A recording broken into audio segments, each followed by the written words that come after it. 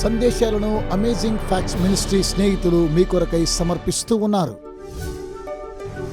జనవరి 2010 ఒక వ్యక్తి బ్రుక్లిన్ వీధి గుండా వెళుతూ ఉండగా ఒక వ్యాన్ వచ్చి గుద్ది అతడు చనిపోయాడు. అది ఒక భయంకరమైన ప్రమాదం. ఎందుకనగా ఇతడు సాధారణమైన వ్యక్తి కాడు. జో రోలినా అనేటువంటి వ్యక్తి 105 సంవత్సరాల వయసులో ఉన్నటువంటి వాడు. తన స్నేహితులు అన్నారు అతడు ఆరోగ్యానికి గుర్తయ్యున్నాడని చెప్పారు. 2వ ప్రపంచ యుద్ధంలో 3 యుద్ధరంగ హృదయాలను ఏకం చేశాడు. రోలినో దీన్ని 1920వ సంవత్సరంలో కోనే ద్వీపం కార్నివల్లో ప్రపంచంలోనే ఒక బలమైన వ్యక్తిగా పేర్కొనబడ్డాడు. 5 అడుగులు 5 అంగుళాల ఎత్తున్నటువంటి వ్యక్తి, 120 పౌండ్స్ ఉన్నవాడు. అతను చూస్తే అతడే చాలా బలమైనటువంటి వాడు. ఇతడు 3200 పౌండ్లు గల బరువును వీపు మీద మోసేవాడు. 475 పౌండ్లను తన యొక్క పండ్లతో లేవనెత్తేవాడు మరియు 635 పౌండ్లను తన వ్రేళ్లతో పైకి లేవనెత్తేవాడు. జో రోలినో తన 103వ జన్మదిన సందర్భంగా స్నేహితుడు ఈ కాయిని బహుకరించాడు. అతడు తన వ్రేళ్లతో దాన్ని వంచేశాడు. అలా చేసినందుకు తను ఎంతగానో క్షమాపణ కోరుకున్నాడు. నేను మీకు పరిచయం చేసిన జో రెలినో త్రాగేవాడు కాదు, పొగ త్రాగేవాడు అంతకన్నా కాదు. అనుదినము శరీర వ్యాయామం చేసేవాడు, కూరగాయలు మాత్రమే తినేవాడు. బైబిల్ కూడా ఈ విషయాన్ని కలుపుతూ ఉన్నది. ఒక బలమైన వ్యక్తిని గురించి, ప్రత్యేకమైన జీవన విధానాన్ని గురించి బైబిల్ తెలియజేస్తున్న సంసోను త్రాగేవాడు కాదని, అతడు అపవిత్రమైన ఆహారాన్ని ముట్టేవాడు కాదని. మీరు కూడా ఇలాంటి జీవితాన్ని జీవించి 100 సంవత్సరాలను కోరుతున్నారా? సమస్తము సాధ్యమే మనము దేవుణ్ణి వెంబడించినట్లయితే. కనుక మీరు నాతో కూడా ఏకీభవించండి. జీవితాన్ని లోతుగా మార్చే విషయాన్ని గురించి మనం ధ్యానించుదాం. ఈ రోజు రాత్రి నేను మీతో తెలియచెప్పే విషయము అదేమనగా క్రైస్తవ ప్రపంచము చాలా కాలంగా కొనసాగుతూ ఉంది. ఈ విషయాన్ని గురించి అర్థం చేసుకోవడం కోసం ప్రజలు చాలా శ్రమపడుతూ ఉన్నారు. ఎందుకనగా వారు బైబిల్ పద్ధతులను పాటించకపోవడం ద్వారా అవి చాలా ఆచరణాత్మకమైనవి. ఈరోజు రాత్రి సందేశం ఈరోజు స్వస్థతను గురించి వివరించబోతున్నాం. ఆరోగ్యం మరియు పరిశుద్ధతను గురించి నేర్చుకుందాం.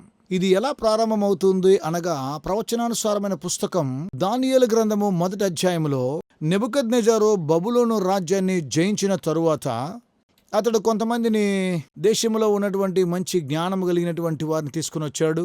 బబులోను తీసుకుని వచ్చాడు. అలా చూస్తున్నప్పుడు వారికి కల్దీల భాష నేర్పించాడు. ఆ దేశపు ఆహార పద్ధతులు నేర్పించాడు. 3 సంవత్సరాలు వారికి తర్బూదునిచ్చాడు. ప్రపంచంలో ఉన్నటువంటి రాయబారుల గురించి తెలుసుకోవాలంటే మరియు బబులోన్లో ఉన్న విశ్వవిద్యాలయానికి మీరు వెళ్ళండి. చాలా మంచిదే నేను అనుకుంటున్నాను. బబులోన్లో ఉన్న పలహారశాలకు వెళ్ళి చూద్దాం. అయితే అందులో సమస్య ఉన్నది. బబులోన్లో తినేటువంటి ఆహారాన్ని దేవుడు తన ప్రజలు తినకూడదని ఆజ్ఞాపించాడు. కనుక దానియేలు అతని యొక్క 3 స్నేహితులు బబులోను తీసుకుని రాబడ్డారు. షాద్రక్, మెషక్, అబేద్నెగోలు. హెబ్రీ భాషలో హననియా, మిషాయేలు, అజరియా. వారన్నారు మనము దీన్ని తినకూడదని. దయచేసి మేము తినడానికి కాయగూరలు మాకిమ్మని కోరారు. మాకు అవకాశం ఇవ్వండి అన్నారు. వారి మీద అధికారిగా ఉన్న వ్యక్తి సరే మీరు అన్నట్లుగా చేస్తానన్నాడు. ఒకవేళ మీరు వికారంగా బలహీనంగా ఉంటే మీ ఆరోగ్యానికి చదువులకు నేనే బాధ్యుణ్ణి, అలా లేకపోతే నా తల తీసేస్తాడన్నారు. వారన్నారు 10 రోజులు మాకు అవకాశం ఇవ్వండి. చూడండి దానియేలు 1వ అధ్యాయం 8వ వచనంలో దానియేలు అనుకున్నాడు తాను ఏమాత్రము అపవిత్రపరచకూడదు అనుకుని రాజు భుజించు భోజనమును పానమును చేయి ద్రాక్షరసమును పుచ్చుకుని తన్ను అపవిత్రపరచుకొనకూడదని దానియేలు ఉద్దేశించి భోజనమునకు శాఖ ధాన్యాదులను పానమునకు నీళ్లను నీ దాసులకు మాకిప్పించి దయచేసి 10 దినముల వరకు మమ్మను పరీక్షించము, తాగడానికి మాకు నీళ్లు ఇప్పించమన్నారు. ఒకసారి నేను కూడా బబులోని యొక్క ఆహారాన్ని తిన్నాను. ద్రాక్షరసం తాగుతారు. బైబిల్ చెబుతుంది అతడు తినలేదు అని. 10 దినములైన పిమ్మట వారి ముఖములు రాజభోజనము భుజించు బాలురందరి ముఖముల కంటే సౌందర్యముగాను కలగాను కనబడగా ప్రతి విషయంలోనూ వీరు తన రాజ్యమందంతటను నుండి శకునగాండ్ర కంటేను గారడి విద్య గల వారందరికంటేను 10 అంతలు శ్రేష్ఠులని తెలియబడెను. 1వ అధ్యాయము దానియేలు గ్రంథాన్ని చూసినట్లయితే దానియేలు దర్యావేషు రాజు కాలం వరకు జీవించాడు. దానియేలు 100 సంవత్సరాలు జీవించాడు అనుకుంటున్నాను. అతడు 15 లేక 17 సంవత్సరాల వయసులో బానిసగా కొనిపోబడ్డాడు. అలా చూస్తే ఇది ఆసక్తికరంగా ఉన్నది. ఎందుకనగా ఇది చాలా ప్రాముఖ్యమైన పుస్తకం. ప్రవచనము ఒక ప్రాముఖ్య విషయాన్ని తెలియజేస్తుంది. దానియేలు తన యొక్క స్నేహితులు వారి యొక్క శరీరాన్ని గురించి ఎంతగానో జాగ్రత్త వహించారు. పరిసరాల్లో కూడా వారికి పలు శోధనలు వచ్చినప్పటికీ సామాజిక పరంగా దేనితో కూడా వారు ఏకం కాలేదు. వారేమన్నారు, దేవుడు సెలవిచ్చినదేమనగా నిజంగానే మన యొక్క శరీరాలు పరిశుద్ధాత్మక ఆలయమై ఉన్నవి కనుక మనము అపవిత్రపరచకూడదు మన యొక్క శరీరాలను. ఇదే సత్యాన్ని అనేకమైనటువంటి క్రైస్తవ సంఘాలు కోల్పోతున్నాయి. వారికి పునరుజ్జీవనం అలాగే సంస్కరణం కావాలని ప్రయత్నిస్తూ ఉన్నారు. ఇవన్నీ కూడా సత్యాలే. మన యొక్క తెగలో కూడా అలాగే ఉన్నారు. ఈరోజు మన పాఠ్యభాగాన్ని చూడండి. అనేక కార్యాలు మనం చూద్దాం. మొదటి ప్రశ్న ఏమనగా దేవుడు మనుషుల కొరకు నియమించిన మొట్టమొదటి ఆహారం ఏమిటి? ఆదికాండము 1:29 దేవుడు ఇదిగో భూమి మీదనున్న విత్తనములిచ్చు ప్రతి చెట్టును విత్తనములిచ్చు వృక్ష ఫలములు గల ప్రతి వృక్షమును మీకిచ్చియున్నాను, అవి మీకు ఆహారమగును. కింగ్ జేమ్స్ వర్షన్లో చూసినట్లయితే ఇవి మనకు ఆహారమగుతూ ఉన్నాయి. అసలైన ఆహారము దేవుడు మానవులకిచ్చినదేమనగా అవి కూరగాయలతో కూడినటువంటి శాకాహారము. కూరగాయలు, ఆకుకూరలు, అలాగే ధాన్యములు అందులో ఉన్నవి. ఆ తరువాత దేవుడు ఆహార పద్ధతులను మార్చాడు. మరో ప్రశ్న చూద్దాం. ఆదాము హవ్వలు పాపము చేసిన తరువాత దేవుడు వారికి అదనముగా జోడించిన ఆహారమేంటి? దేవుడు వారితో మీకు ప్రత్యేకమైన ఆహారాన్ని ఇవ్వబోతానన్నాడు. అలాంటి సమయంలో ఆహార పద్ధతులు వారు దేన్ని చేర్చుకున్నారు? ఆదికాండం 3:18 మీరు పొలములోని పంటను తినునప్పుడు పొలములోని పంట తిందువు. దీని అర్థం కూరగాయలు. ఇప్పుడు నేను కనుగొన్నదేమనగా కొంతమంది ప్రజలకు పండ్లకు కూరగాయలకు వ్యత్యాసం తెలియదు. నేను వీని పరీక్షిస్తాను. యాపిల్ ఆహారం, ఆరెంజ్, జుకీనీ చూడండి, అదొక ఫలం. ఉల్లిపాయలు కూరగాయలు, బ్రస్సెస్ మొలకలు తినకూడనివి. అవి చాలా సులువండి. ఏవైతే వికసిస్తూ ఉంటాయి అవన్నీ కూడా ఫలంగా ఉంటాయి. అలాగే మొక్కల్లో ఏదైనా ఒక భాగం మనం చూసినట్లయితే కాండము గాని, ఆకులు గాని, గడ్డలు, ఇవన్నీ కూరగాయలే. ఆ తరువాత ఆదాము హవ్వలు. ఆ తరువాత మీకు తెలుసా, చాలా మంది పిల్లలున్నారు. నిజంగా క్షమించండి, ఆదాము హవ్వలు పాపం చేశారు. ఎందుకంటే ఆహారంలో కూరగాయలు చేర్చుకోలేదు. వారు పాపం చేసిన తరువాత ఇకపై మనం ఏదైనా మనలో ఉండడానికి లేదు కనుక దేవుడు అన్నారు, మీరు కూడా తినడానికి భూమిని సేద్యపరచుకోవాలని కోరాడు. వారి మొదటి ఆహారము శాకాహారమే. మరియు నేను పక్షపాతం లేనటువంటి వాడిని, నేను శాకాహారిని. నేను ప్రోత్సాహపరిచేదేమనగా ప్రజలను బైబిల్ తెలియజేసిందేమనగా ఎందుకు మీరు శాకాహారిగా ఉన్నారు. మీకు తెలుసా, శాకాహారులంగా మనం పరలోకంలో ఉంటున్నామా? దేవుడు ఆదాముతో జంతువులకు పేర్లు పెట్టినప్పుడు అతడు ఆవును చూసి అతడు ఒక సంచలనమని పేరు పెట్టలేదు కదా. ఆ తరువాత అతడు కోడి వైపు చూసి చికెన్ నగ్గెట్స్ అన్నాడా? అలా ఇవన్నీ మనం చూసినట్లయితే వాటిని సంరక్షించాలి, వాటిని తినకూడదు అనేటువంటి విషయం కాదు ఇది. పాపము చేసిన తరువాత, ప్రత్యేకంగా జలప్రళయం తరువాత మన ఆహారంలో జంతువులు చేర్చుకోవాల్సి వచ్చింది. ఏ క్షీరదాలను, పాలిచ్చే జంతువులను తినటకు దేవుడు మనుషులను అనుమతించాడు. నేను మిమ్మల్ని ప్రోత్సాహపరిచేదేమనగా బైబిలు ఏం చెప్తుందనగా, మీరు మాంసాహారాన్ని తిన్నట్లయితే కొన్ని ప్రమాణాలున్నాయి. ఈ విషయాన్ని లేవీకాండం 11:3 చూడవచ్చును. జంతువులలో ఏది డెక్కలు గలదై నెమరు వేయునో దాన్ని తినవచ్చును కానీ దాన్ని మీరు తినవచ్చును కానీ ఏదైతే డెక్కలు కలిగి నెమరు వేస్తూ ఉన్నదో 2 విషయాలు చూడాలి. ఒక విషయం కాదండి. కొన్ని మాంసాలు ఆరోగ్యకరమైనవి కావు. ఉదాహరణకు ఒంటె, అది నెమరు వేసేది, అయితే దానికి డెక్కలు లేవు. మరియు మీలో కొంతమంది విచారిస్తూ ఉన్నారు, మీ ఫ్రిడ్జ్ల నుంచి ఒంటె మాంసాన్ని ఈరోజు తీసుకురాబోతున్నారేమోనని. క్రీస్తు దినాల్లో కూడా ఇది ఒక సమస్యగా ఉన్నది. మీరు వడిగట్టి ఒంటిని మృంగువారు. ఓ విషయాన్ని ఆలోచించండి. మీ యొక్క నీటిలో ఒక చిన్న నలకబడిన దాన్ని వదిలేసి ఇంటికెళ్ళి ఒంటెలు తినేవారై ఉన్నారు. దేవుడు అంటున్నా ఇది అపవిత్రమైందని. మీరు ఒంటెల చుట్టూ తిరిగారా? నాకు అసహ్యము, దాన్ని ఏమాత్రం తిననండి. ఇప్పుడు ఓ విషయాన్ని చూద్దాం. కొన్ని నెమరు వేస్తాయి వాటికి, అయితే వాటికి డెక్కలు ఉండవు. కొన్ని జంతువులకి డెక్కలు కూడా ఉంటాయి, అయితే అవి నెమరువేవి. అవి ఏ జాతికి చెందినవి? ఇవి చాలా ప్రఖ్యాతమైనవి.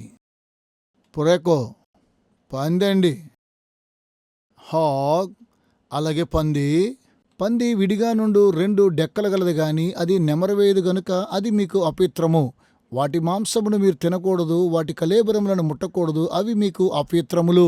ఇలాంటి వాటిని మనము ముట్టకూడదు. ఇది అపవిత్రము. పందులు చాలా అసహ్యమైనవి. నేను ఒకసారి నా పక్కింటి వాడు ఊరికెళ్ళినప్పుడు తన పందులు నేను కాయాల్సి వచ్చిందండి. వాటికి ఒకసారి ఓ నూతన పదం కనుక్కోవాలని ఎలాగో ప్రయత్నం చేస్తూ ఉంటాను, కానీ అవన్నీ కూడా చూస్తే పందులే. వాటి పేర్లోనే అసహ్యం ఉంది, వాటిని వేరే నిరూపించిన అవసరం లేదు. మీరు ఎప్పుడైనా పందులు మేపే వాళ్ళ ఇంట్లోకి వెళ్ళి చూసారా? బైబిల్ కూడా తెలియజేస్తూ ఉన్నది. కడుగుబడినటువంటి పంది తిరిగి బురదలోనికి పడిన సామెతను కూడా వింటున్నాం. మరియు దాని శరీరం అంతా కూడా వ్యాధులతో ఉన్నది. అది చాలా మురికిగా ఉంటుంది. దేవుడు కొన్ని జంతువులను మురిగ్గా సృష్టించాడు. ప్రకృతిని శుద్ధీకరించడం కోసం అవన్నీ కూడా చెత్తలో వేయడం కోసమే పనికొస్తాయి. ఎందుకు మీరు ఆ చెత్త తినే వాటిని తినాలి? చెత్తే తినొచ్చు కదా. పంది మాంసం తింటున్నప్పుడు మీరు ఎంతమంది గుర్తుంది? ఓ చిన్న పంది మార్కెట్కి వెళ్ళింది. ఈ చిన్న పంది ఇంట్లోనే ఉండిపోయింది. ఇతని దగ్గర ఉన్న చిన్న పంది ఇది కూడా రోస్ట్ చేయబడుతూ ఉన్నది. See that? నాకు ఒకసారి గుర్తుందని ఈ విషయాన్ని చదివాను. 1లో 5% కూడా ఈ విషయాన్ని గురించి గుర్తిస్తారు. ఉత్తర అమెరికాలో ఈ విషయాన్ని గురించి మనం చూసినట్లయితే వాటి యొక్క గుర్తులు, వాటికి సాక్ష్యార్థాలేవనగా ఇవి భయంకరమైన విషపూరితమైనవి. ట్రికనోసస్ అంటే ఇవి చాలా భయంకరమైన వ్యాధి సోకుతూ ఉంది. ట్రికైనాసిస్టులు పందుల వంటి జంతువుల శరీరములో పురుగులు పట్టిన కండ మాంసపు తిత్తులను మనుషులు తినినప్పుడు ఆ తిత్తు కణములు కడుపులో జీర్ణమైపోయి విడుదలైన గుడ్డు కణాలు పేగుల్లోకి వలసపోయి అక్కడ క్రొత్తగా జీవం పోసుకొని శరీర భాగాల్ని పాడు చేస్తాయి. ఆడ ట్రికైన పురుగులు మనిషి శరీరంలో 6 వారాల పాటు జీవించుచు దాదాపుగా 15,000 గుడ్లు పెడతాయి. కీళ్ళ నొప్పులు, మోకాల నొప్పులు ఇవన్నీ కూడా వస్తూ ఉంటాయి. అప్పుడప్పుడు వీటి యొక్క వ్యాధుల గురించి చూస్తే ఆ వ్యక్తి కాపుతిత్తుల వ్యాధిని, కీళ్ళ నొప్పుల వ్యాధిని, ఇది కాదండి, పిగైటిస్ అనే వ్యాధి. ఇది ఎక్కడి నుంచి వస్తుందండి? ఇది ప్రపంచమంతా సహజంగానే ఉంటుంది. మధ్యాహ్నం భోజనానికి ఒక వ్యక్తి ఏం మోసుకుని వెళ్తూ ఉన్నాడో తన యొక్క సైకిల్లో ఒక పోషకాహారవేత్త కొన్ని విషయాలను ఇక్కడ పొందుపరిచాడు. సెప్టెంబర్ 6వ తారీఖున ప్రచురపరిచాడు 1999లో. ఆ పోషణకారుడు సెలవిచ్చినదేమనగా ఉడకబెట్టినటువంటి మాంసం అది సాంకేతికంగా మాంసమే కాదని, ఇప్పుడు కూడా కాదు, ఉప్పుగా ఉండే నైట్రేట్తో కలిసింది, క్రొవ్వు పదార్థం, క్యాన్సర్ రావడానికి ఆస్కారం ఉన్నది. ఎందుకు దీన్ని మనం తినాలి? అది క్యాన్సర్ వ్యాధి లాంటిది. అయితే ఇది చాలా రుచికరమైంది. ఆత్మ ద్వారా నియంత్రించాలనుకుంటున్నారా లేక శరీరం ద్వారా నియంత్రించాలనుకుంటున్నారా? మీలో కొంతమంది అంటారు, పాస్టర్ గారు ఎందుకు ఈ కఠినమైనటువంటి విషయాలు తెలియజేస్తున్నారు? మాంసాహారము తినడం చాలా మంచిదే, కానీ దేవుడు మాంసాహారాన్ని తినాలని కోరుతున్నాడు. అందుకే దేవుడు మనకు పండ్లను గ్రహించాడు. అవునా? అదే కదా మీరు చేస్తున్న వాగ్వాదం. అది ఎందుకులని పనికిరాంది. ఈ వ్యక్తికి కూడా కుక్కల్లాంటి పండ్లున్నాయి. అయితే ఇతడు శాకాహారి. ఈ విషయాన్ని మీకు తెలియజేయాలనుకుంటున్నాను, కానీ ఇది ఎంతవరకు సమర్థవంతమో నాకు అర్థం కాలేదు. సహజంగా మనము జీర్ణకోశాలను గురించి మనము చూసినట్లయితే పిల్లిలో, మాంసాహారి అయిన కుక్కలో ఇది సహజంగా ఉంటుంది. శాకాహారం భోంచేసేటువంటి జంతువుల యొక్క జీర్ణాశయం చాలా క్లిష్టంగా ఉంటుంది. ఎందుకంటే అలా విడిపోతూ ఉంటాయి. అవి ప్రేగుల్లో ఉంటాయి మరియు అవి ఆ తెగకు చెందినవి కావు. మనం వృద్ధి చెందుతాం శాకాహారము వలన. ప్రజలందరూ అంటారు, పాస్టర్ డగ్ గారు మేము శాకాహారాన్ని తింటే ఆరోగ్యంగా ఉండలేమేమో, అందులో మనకు B12 ప్రోటీన్ దొరకవేమో. అవన్నీ పురాణ గాథలు, పూర్తిగా చదువులేని వారు చెప్పేటువంటి విషయాలు. నేను 40 సంవత్సరాలు శాకాహారిగా ఉంటున్నాను. నేను సబ్వేకి వెళ్ళడానికి చాలా ఇష్టపడుతూ ఉంటాను. అక్కడ శాకాహారం తింటాను. కానీ చీజ్ కావాలంటారు. నేనంటాను, అయ్యో నేనన్నీ కూడా వెజిటేరియన్ అంటాను. నేను శాకాహారం. నిజమే, అవునండి. నన్ను చూసి 90 సంవత్సరాల వయసుగా ఉందా? వావ్, ఇది నిజమేనా అంటారు వాళ్ళు. కొన్నిసార్లు నేను ఒప్పుకుంటాను. ఆ విషయానికి వస్తే ఈ విధంగా అంటాను, నాకు 90 సంవత్సరాలు అంటాను. నేను 90 సంవత్సరాలుగా కనిపిస్తున్నానా? కొన్నిసార్లు నన్ను చూసి 70 సంవత్సరాలు కనిపిస్తున్నానా? అవునండి అని అంటారు. ఇలా పైకి కిందికి చూస్తూ ఉంటారు. అయితే నిజంగానే నేను శాకాహారం 40 సంవత్సరాలుగా ఇలాగే ఉన్నాను. ఇది నిజమే. వెన్నతో కూడినటువంటి ప్రతి వస్తువును కూడా మీరు తినవచ్చును కదా, ఇది చాలా బాగుంటుంది. స్ట్రాబెర్రీని మీరు దాచించుకొని తినట్లయితే ధాన్యాలవన్నీ కూడా తినడం బాగానే ఉంటాయి కదా. అందులో మీకు ప్రోటీన్ ఉంటుంది, B12 ఉంటుంది, మీకు అన్నీ దొరుకుతాయి. అవి మాకు సరిపోవు కదా అంటారు. ఒక్క క్షణం అయినా కూడా నమ్మడానికి లేదండి. చూడండి, బైబిల్లో ఏం జరిగిందో ఒకసారి చూద్దాం. ఈ చిత్రాన్ని ఒకసారి మీరు గమనించి చూడండి. ఈ ప్రజలు జలప్రళయం రావడానికి ముందుగా జీవించిన వారు. మెతుషెల, సేతు, నోవాహులను చూస్తున్నాం. వారు ఎన్నో వందల సంవత్సరాలు జీవించారు. జలప్రళయం తర్వాత అవన్నీ కూడా నాశనం చేయబడ్డాయి. ఆ తర్వాత దేవుడు పరిశుభ్రమైనటువంటి 7 జంతువులు తీసుకున్నాడు. అవి వాటిని బలి అర్పించవలసి వచ్చింది. బలి అర్పించిన వాటిని తినవలసినటువంటి పరిస్థితి ఏర్పడినది. అవి చాలా ప్రధానమైనవి జలప్రళయం తరువాత. ఆ తర్వాత వారు వయోపరిమితి ఏమైందో చూద్దాం. ప్రపంచ దేశాల్లో ఏ స్థలంలో ఎక్కువ కాలంగా జీవిస్తారు ప్రజలు? వారు హుంజా అనేటువంటి ప్రజలు. హుంజాలో ఇండియాలో ఉంటారు. వారందరూ శాకాహారులే. సహజంగా చాలా కాలం బ్రతుకుతారు. కనీసం 100 సంవత్సరాలు బ్రతుకుతారు. నేటి దినాల్లో ఉన్న ఆధునిక వ్యాధులు వారికి ఏమాత్రం కూడా రావు. Don't go anywhere, friends. In just a moment, we'll return for the rest of today's presentation. What if I told you that the Bible has the exact prescription that you need to live a healthier and a happier life? Amazing Facts would like to send you a free gift right to your home here in India. To get your free copy, call the number on your screen and ask for offer number 413. or visit the web address. And after you read this incredible resource, make sure and share it with a friend. Well, now let's get back to the rest of today's presentation and learn some more amazing facts from the Word of God. ఇప్పుడు మనం మాట్లాడుకోబోయేటువంటిది క్షీరధారల గురించి మాట్లాడుకుందాం. డెక్కలు గలవి, నెమరు వేసేటువంటివి, ఏ రకమైన చేపలు మరియు సముద్రపు ఆహారము శుభ్రమైనవి లేక పవిత్రమైనవి బైబిల్కి ఆధారంగా. లేవీకాండం 11:9 చూద్దాం. జలచరములన్నిటిలో వీటిని తినవచ్చును, వేటికి రెక్కలు పొలుసులు ఉండును, వాటిని తినవచ్చును. మీకు తెలుసా, నేను అర్థం చేసుకోగలను నౌకాదళన గురించి వారు కొన్ని పరిశోధనలు జరిపారు. 2వ ప్రపంచ యుద్ధము జరిగిన తరువాత పైలట్లు, నావికులు సముద్రపు నీటిలో మునుగుతూ ఉన్నప్పుడు వారికి అర్థం కాలేదు ఎలాంటి చేపలు వారు తినాలో అని కూడా తెలియదు. వారు తెప్పలు ధరించుకొని వారు కొన్ని ప్రాముఖ్యమైన ప్రమాణాలు చేసుకున్నారు, కొన్ని సులువైన విషయాలు జ్ఞాపకం చేసుకున్నారు. అలాగే వారన్నీ కూడా పరిశోధించారు.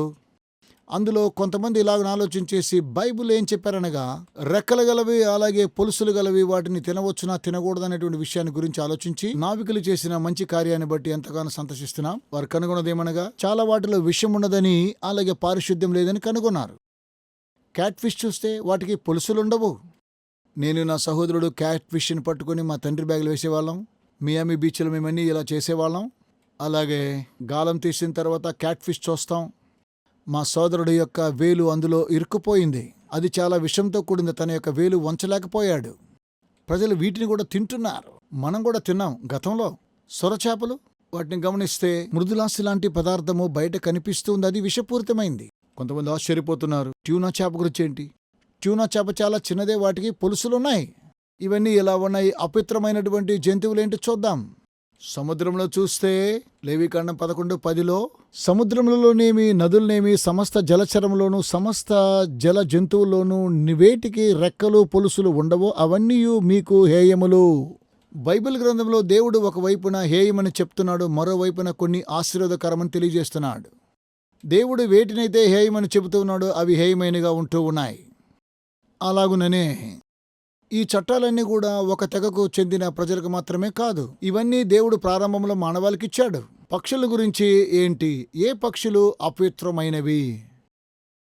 మంచిదండి, కొన్ని పక్షులను మనం పెంచుతాం, అయితే అలాంటివేమీ నేను తినను. అయితే బైబిల్ పరంగా చూస్తే ప్రవాహ దూరంగా ఉండే పక్షిని చూద్దాం. కొన్ని అపవిత్రమైనవి ప్రతి విధమైనటువంటి కాకి, నిప్పు కోడి, కపిరగాడు, కోకిల, వాటి జాతిలో చెందినటువంటి పక్షులు, పారిశుద్ధ్యము లేనివి, ఘాతుకమైన పక్షులు, అవన్నీ అపవిత్రములే. సర్పపక్షము లాంటి పక్షి, సుదీర్ఘకాలంగా ఉండేటువంటి పక్షులు, ఆహారము సమకూర్చుకునేటువంటి పక్షులు, అలాగే కోడి, నిప్పుకోడి, వీటిని చూసి సంతోషిస్తాం. ఇవన్నీ కూడా పరిశుభ్రమైనవి. పావురము, అది శుద్ధమైనది. ఇవి ఆకలితో ఉండవు. న్యూయార్క్ పట్టణములో వీటిలో ఏది కూడా నేను తినేవాడిని కాదండి.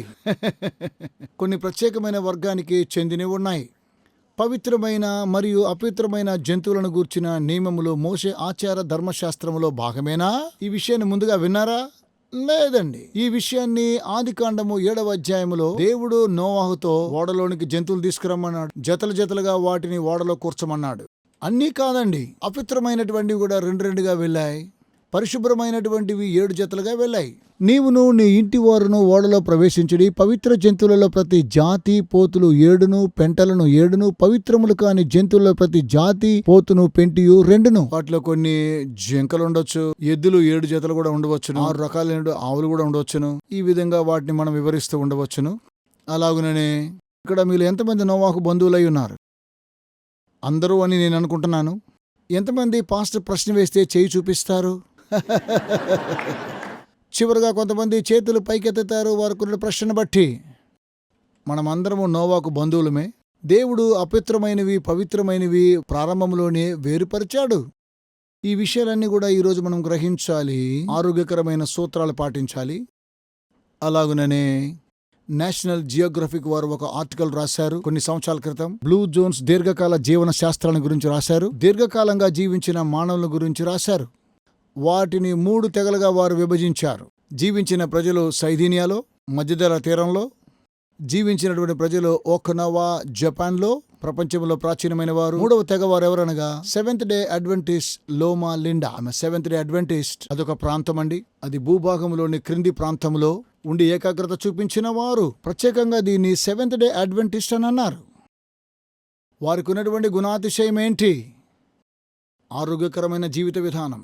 బైబిల్ గ్రంథంలో ఉన్న ప్రతి విషయాన్ని కూడా వారు అనుమతించారు. అలాగే విశ్రాంతి తీసుకొనడంలో కూడా వారు దీర్ఘకాలంగా జీవించారు. నేను ఒక సహోదరిని కలుసుకున్నాను. ఆమెకి ఇప్పుడు 93 సంవత్సరాల వయసు అవుతుంది. ఇంకా కూడా జీవిస్తూనే ఉన్నారు. ఇక్కడ ఒక చిత్రం ఉన్నది. మా యొక్క సంఘములో ఉన్నవారు. ఈ వయసు 111 సంవత్సరాలు ఇంకా బ్రతికే ఉన్నది. పేరు వైలా కుక్. మరియు ఇది నాకు చాలా ఆశ్చర్యం వేసింది. వారు బావగారు అన్నారు, ఆర్ట్ రీడ్ గురించి కొన్ని మంచి ఆలోచనలు ఇవ్వమన్నారు. మీరు ఏదైనా మర్చిపోతే ఈ రాత్రి మీకు తెలియజేస్తాను. మీరు చాలా వయసు అయిపోయినారు, ఏ విధంగా ఆరోగ్యంగా ఉండగలుగుతున్నారు? అతడు 3 విషయాలు చెప్పాడు. కొద్దిగా ఆకలిగా ఉన్నప్పుడు తినడం మానుకోవాలి, మెల్లిగా నిద్ర వచ్చినప్పుడు తిరిగి లేచి కూర్చోవాలి, మాట్లాడడానికి ముందుగా కొద్దిగా మౌనం పాటించాలి. జీవిత రహస్యం ఇది. దేవుడు ఏం తెలియజేశాడనగా, అపవిత్రమైన ఆహారం తినడా తీవ్రమైన అతిక్రమం దేవుడు చెప్తున్నాడా? కొంతమంది అంటారు బైబిల్ ఆజ్ఞలు పాటిస్తుందా, సిఫారసు చేస్తుందానని. బైబిల్ సిఫారసు చేయదండి, అది ఆజ్ఞలై ఉన్నవి. బైబిల్ ఏం చెబుతుందో యెషయా గ్రంథము 66వ అధ్యాయం 16-17లో చూద్దాం. మహాకోపముతో ప్రతీకారము చేయుటకును అగ్ని జ్వాలలలో గద్దించుటకును యెహోవా అగ్నిరూపముగా వచ్చుచున్నాడు. ఆయన రథములు తుఫాను వలె త్వరపడుచున్నవి. తమ్మును ప్రతిష్ఠించుకొనుచు పవిత్రపరచుకొనుచున్న వారై పంది మాంసమును, హేయ వస్తువును, పందికొక్కులను తినువారును ఒకడును తప్పకుండా నశించెదరు. ఇదే యెహోవా వాక్కు. ఓ పాస్టర్ గారు, మా BLT శాండ్విచ్ ఇకపై తినకూడదని మీరు అంటున్నారా? అది తింటే చాలా రుచిగా ఉంటుంది. మీకు తెలుసా, అనేకమైనటువంటి మంచి పదార్థాలు తినడానికి సిద్ధంగా ఉన్నాయి. నేను ఆశ్చర్యపోతాను. ప్రజలు నాతో చెప్పిన, పాస్టర్ గారు శాకాహారి కదా, మీరేం తింటారు? నేను గొప్పగా తింటాను, అనేకమైన మంచి పదార్థాలు తింటాను. ఈ విషయాలు గమనించండి. కొన్ని మంచి మార్గాలు మనము నేర్చుకునవలసిన వారమై ఉన్నాము. నేర్చుకోవాలి, నేర్చుకుంటూ ముందు కొనసాగాలి. ఇప్పుడే మీరు ఆరోగ్యవంతంగా ఉంటారు. కొందరు అంటారు, తినకూడనటువంటి వాటిని దేవుడు ఎందుకు సృష్టించాడు? మరి ఇవన్నీ కూడా బంపర్ స్టిక్కర్స్ మాత్రమే. వీటిని బబ్బర్ స్టిక్కర్లో కనుగొంటారు. దేవుడు సృష్టించాడు, వాటిని చంపుకొని తినమన్నాడు.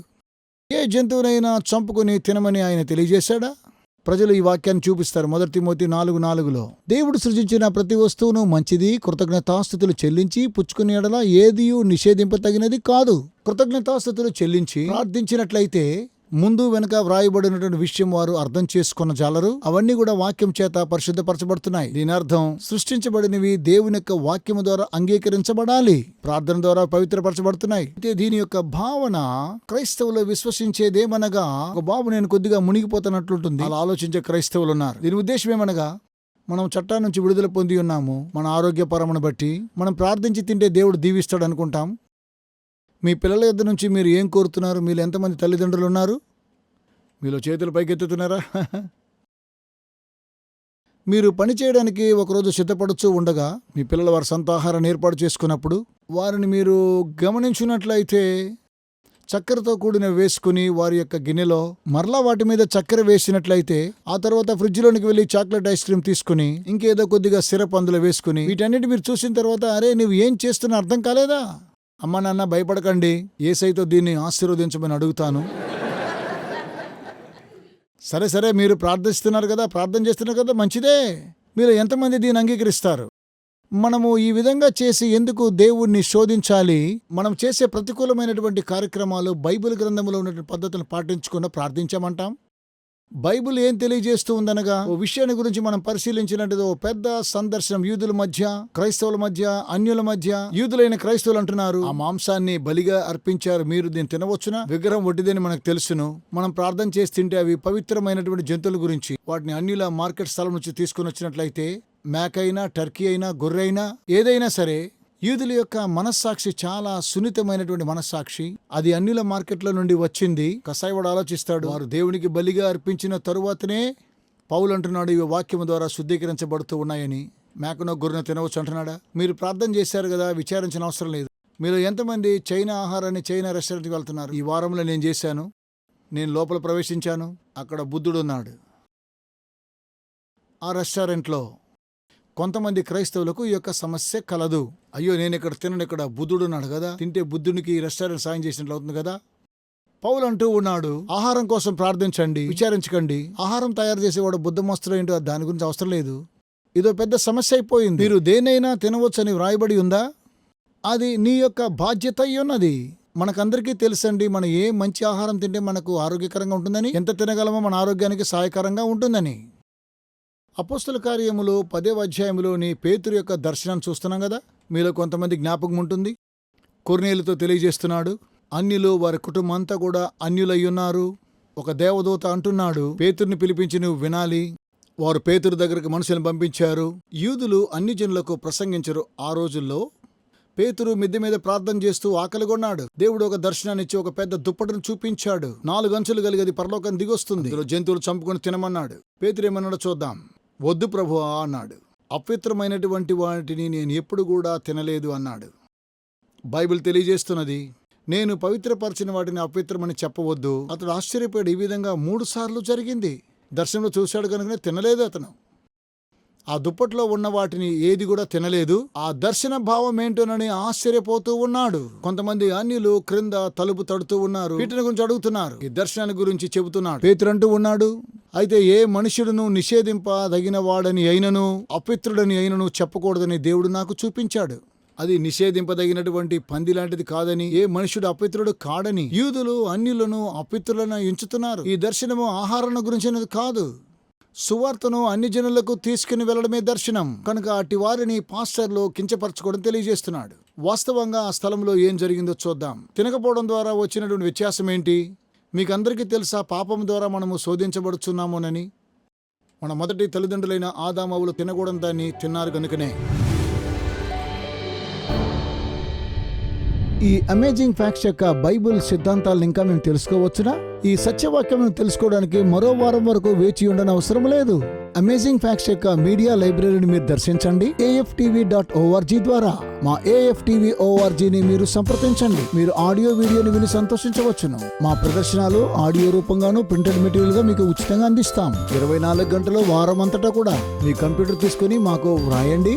వెంటనే AFTV.org ని మీరు సంప్రదించండి. గత 50 సంవత్సరాలుగా అమేజింగ్ ఫ్యాక్ట్స్ వారు బైబిల్ సత్యాలను ప్రపంచవ్యాప్తంగా ప్రకటిస్తూ ఉన్నారు. యేసుక్రీస్తు వారు సెలవిచ్చిన మేరకు ప్రతి రాజ్యానికి సువార్త ప్రకటిస్తున్నాం. రాజులకు, ఆయా భాషలు మాట్లాడే వారికి, మీరు మా కోసం చేసే ప్రార్థనలకు సహకారానికి వందనాలు తెలియజేస్తున్నాం.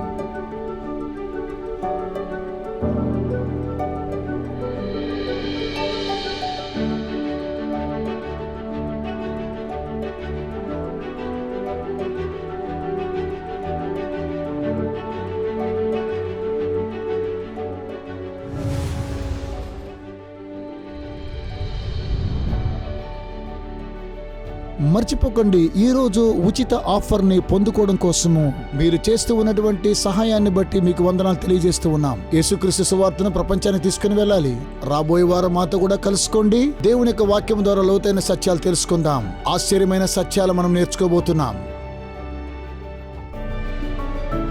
ఈ సందేశాలను అమేజింగ్ ఫ్యాక్ట్స్ మినిస్ట్రీ స్నేహితులు మీ కొరకై సమర్పిస్తూ ఉన్నారు.